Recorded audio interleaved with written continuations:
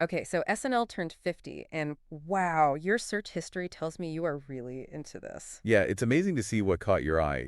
People are looking for the practical stuff, like when it's on, Here to watch it. how long it is, planning out their snacks and I get it. I totally get it. but you're also digging into some of the like history Yeah. of SNL and you're interested in the original cast members, some of the bigger names. Oh, absolutely. The names that are popping up are incredible. Steve Martin, Paul Simon, Tina Fey, Alec Baldwin. Bill Hader, It's like yeah. a who's who of And comedy. you want to know who showed up Yeah. for this mega celebration? And Speaking of showing up, yes. what about Dan Aykroyd? Oh, Dan Aykroyd. It seems like people were really expecting to see him. Yes, they were convinced he would be there, even though he wasn't part of the live show. Right. And it's funny how sometimes it's the absence of somebody that gets people talking, Exactly. almost as much as if they were there. It's the power of nostalgia, especially with something like this. Yeah. You're not just watching a show, you're reliving memories. Right. You're connecting with like a shared cultural experience. Totally. And speaking of connecting with the past, you've been looking into the cast a lot, both the past and present. A lot of searches for that original SNL cast, the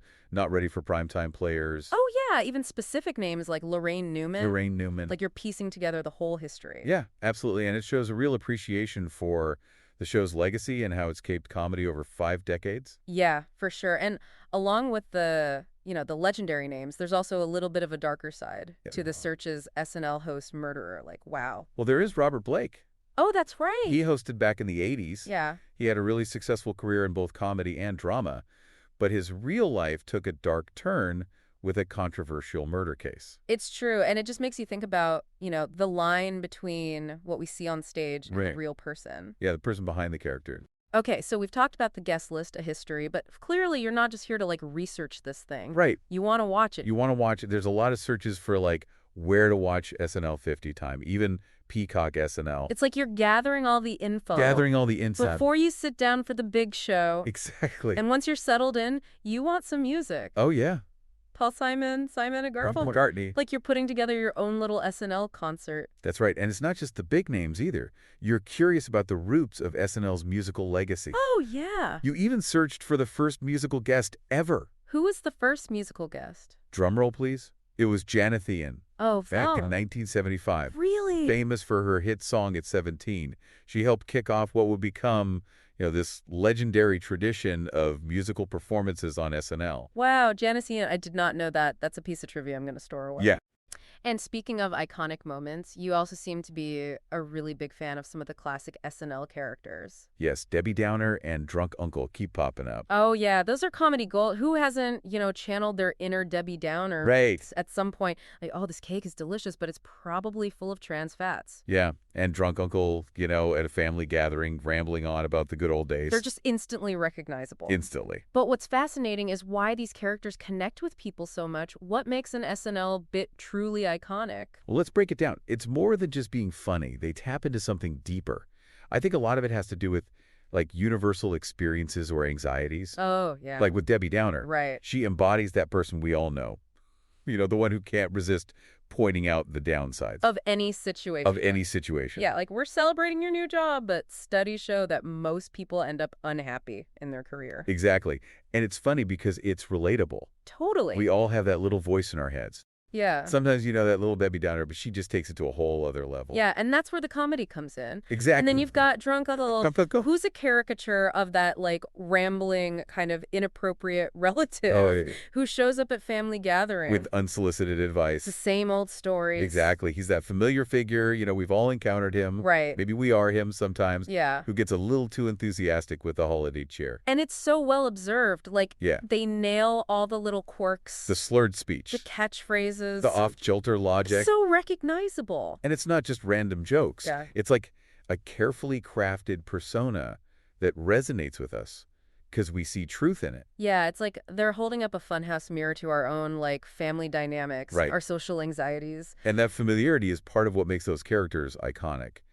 They represent something we all recognize. Yeah, they become more than just characters. They become embodiments. Of certain personalities or social tropes. Yeah. And speaking of iconic characters, what about Dan Aykroyd? You mentioned that there was a lot of talk online about whether or not he was going to be at the anniversary special. I know he wasn't there, but it seemed like people really thought he would be. Right. And it's interesting to think about why there was so much speculation. Yeah. He's undeniably a part of that original cast. Right. And his impact on the show is huge. So maybe it was just wishful thinking. Like, Yeah. people really wanted to see him back on that stage. Especially for this big occasion. Especially for such a momentous occasion. Yeah. And it speaks to that connection people have with those early seasons of SNL. It was such a groundbreaking era. Sure. And those original cast members have a special place in our memories. It's like wanting your favorite band to get back together for one more show. Exactly. You know, that element of nostalgia. Yeah, and sometimes that anticipation can be so strong that it overrides reality.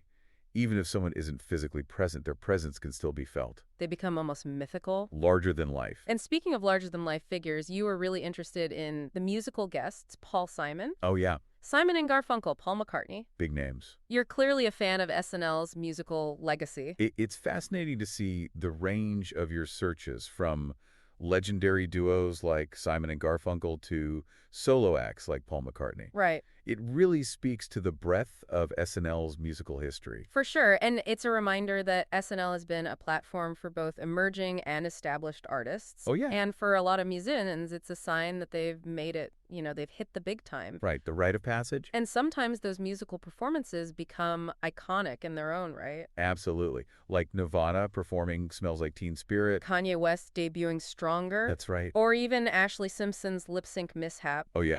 Sometimes those unscripted moments are just as memorable as the planned performances. Exactly. And that unpredictability is part of what makes SNL so compelling. Yeah. You never know what's going to happen. Okay, speaking of surprises, remember that search for Keith Richards? Oh, yeah. What was his connection to SNL? Well, he wasn't a full-fledged musical guest like in the traditional sense, but he did make a surprise appearance with Mick Jagger Oh, wow. when the Rolling Stones performed back in the 70s. A surprise Keith Richards cameo? That's pretty legendary. Yeah, and it just goes to show the unpredictable nature of live TV, especially on a show like SNL. For sure. That spontaneity keeps people coming back. Okay, so we've talked about the stars, the cast members, the musical moments, the iconic characters. Yeah. Anything else we need to address before we wrap this up? Well, there's one more search that caught my eye, and it might surprise you. All right, lay it on me. What is it? You searched for SNL parodies of commercials. Oh, wow, you're right. I totally forgot and even searched for that. It's interesting because it highlights this, less talked about aspect of SNL. Oh, yeah. Their ability to really make fun of advertising. Yeah, some of my all-time favorite SNL moments are those fake commercials. Yeah. They're so over the top and ridiculous, but they also make you think. Exactly. They tap into our shared experience of being bombarded with advertising constantly. Yeah. And they just flip it on its head. Those familiar jingles, and Like exaggerated claims. overly enthusiastic spokespeople. Exactly. And it works because we all recognize it. We recognize those tactics. Like, we've all seen those cheesy commercials that are trying way too hard to be relatable. Yeah. And SNL just takes it to the next level. They make us laugh at how absurd it all is. It's like social commentary disguised as entertainment. Exactly. Like, remember that Colin Blow cereal commercial? Oh, yes. It's like a party in your pants. Oh, so wrong, but so funny. I know. It's memorable because it takes this, everyday product and makes it outrageous. Right. And it makes you think twice about what you're having for breakfast. Okay, so we've covered a lot of ground here. The guest list, the cast members, the music. Iconic characters, fake commercials. It's been a real journey through 5 decades of comedy and pop culture. It really has. And what's amazing is that it all started with your curiosity. Right. Your deep dive into the world of SNL. It's been so fun to revisit all these great moments and find some hidden gems too. Yeah. But I think it's time to come up for air. Take a breath. And think about what we've learned. What does all this interest in SNL's 50th anniversary tell us?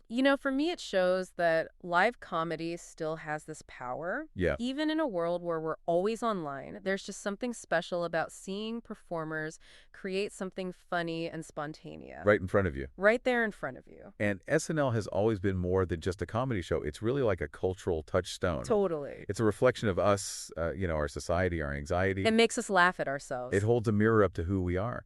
Yeah, it's like social commentary that it's a variety show. Exactly. And the fact that it's still going after 50 years shows that it can adapt. Right. It can evolve. But the question is, can it last another 50 years? Ooh, that's a really good question. The media landscape has changed so much, even just in the last 10 years. I know.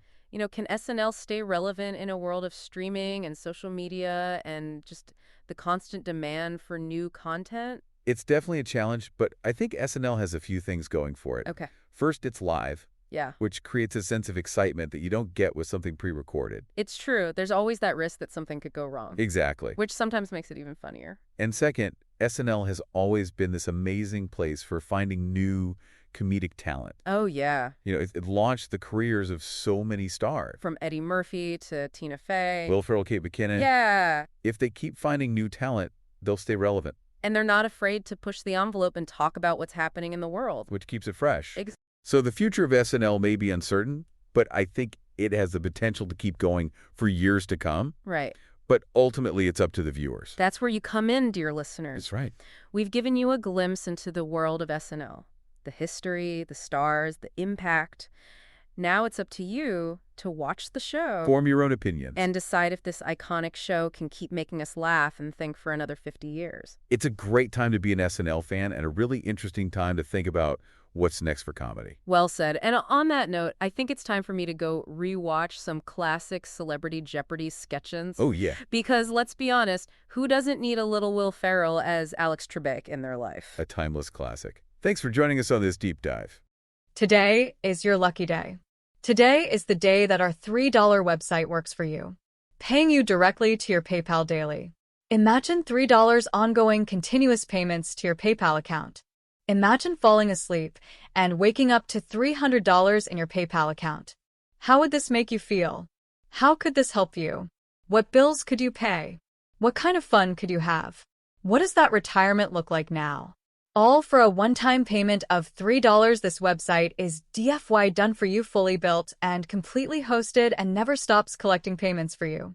You have spent $3 on coffee on a regular, but that coffee won't help you create multiple streams of income. Click the link below.